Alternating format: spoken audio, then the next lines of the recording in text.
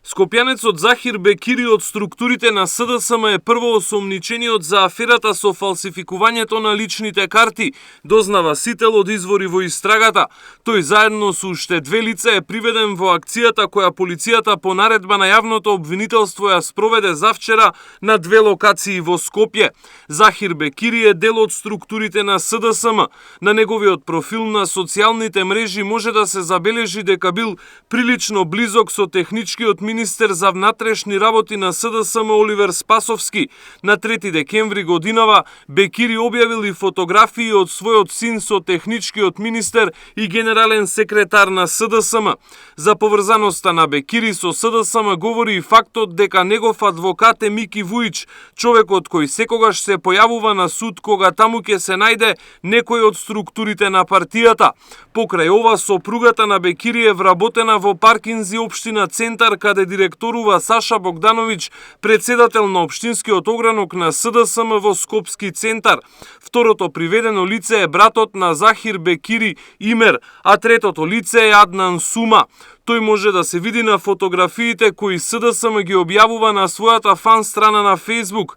На едната фотографија е во друштво на Оливер Спасовски, а на втората може да се види на партиски состанок на кој присуствува и некогашниот хаусмајстор во општина Центар, а сега прв инспектор Кочо Стојчевски. Сите тројца најверојатно биле дел од една голема фабрика за афери на СДСМ.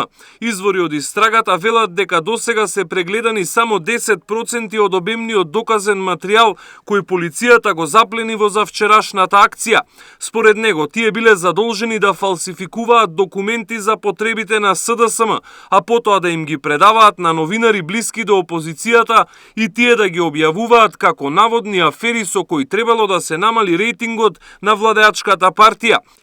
Покрај фалсификуваните лични карти, истрагата се сомнева дека истите лица стојат и зад аферата со фалсификуваните пасоши, која лани во ноември исто така ја објави Соросовиот весник Фокус и за која доби награда од Македонскиот институт за медиуми и Европската унија за најдобра истражувачка сторија. Покрај ова, во компјутерите на осомничените се пронајдени и фалсификувани бугарски пасоши на кои стоели имињата на високи државни функционери. Целта била некаде пред изборите тие да бидат објавени преку медиумите под контрола на СДСМ и на тој начин да се намали рейтингот на владеачката партија. Планот бил да се фалсификуваат и образци од сметки во швајцарски банки. Истрагата во компјутерите открила урнеци на банкарски сметки на кои требало да се впишат имињата и податоците на функционери од власта и во предизборниот период преку медиумите да бидат обвинети дека од Македонија извлекувале десетици милиони евра и ги префрлале на сметки во Швајцарија. Дали што новинарите знаеле за оваа фабрика за афери, истрагата допрва ќе открива. Доколку се покаже вмешаност на медиумите во целиот скандал, не се исклучува можноста да одговараат кривично.